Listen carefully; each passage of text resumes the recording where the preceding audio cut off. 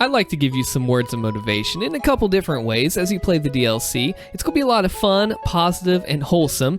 And of course, if you need a little more upfront style, that too. We got to be a little more hype than that, right? So for all the lore nerds out there and the no story guys, this is it, man. This is the final chapter of the 2016 and Eternal Saga. Everything we've worked to leads to this point, tracing back to 2016 and even Classic Doom. So that's why you can't hold back when you play the DLC.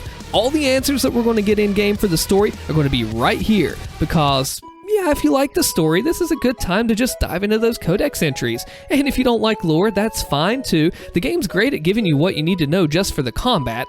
But like I was saying, if you say, Allstin, the story sucks, I just want to kill demons, well, now more than ever you should want to, because against all the evil you faced, now you have the chance to show their best guy, the top of the food chain right now, what you're made of and what you got. You gonna let that go and not play it? How are you gonna sleep at night knowing that you stopped short like that? I bet that you should play a safe amount of hours per day, use proper posture, congratulate their friends when you beat a new checkpoint. It's going to be so epic because this is the grand finale.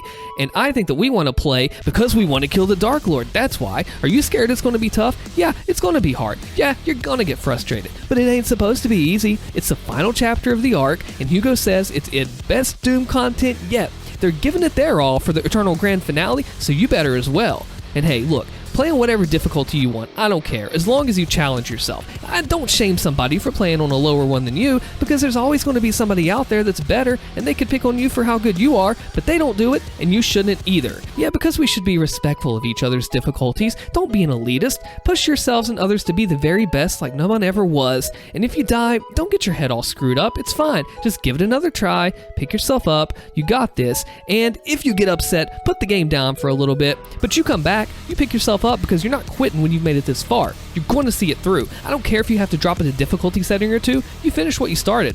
And you don't be a quitter when things get hard. And after that, you go back and do it on your regular difficulty once you get there.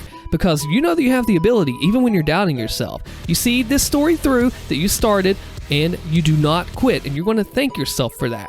Yeah, I mean, because it'll make for some nice, great memories when you look back down the road, and you're going to be proud of yourself whenever you finally get to where you're wanting to go. Obviously, regardless of motivation style, we're both on the same page here. Because if there's one last thing that you need to do in this DLC, I think you know what it is. Until it's done, you better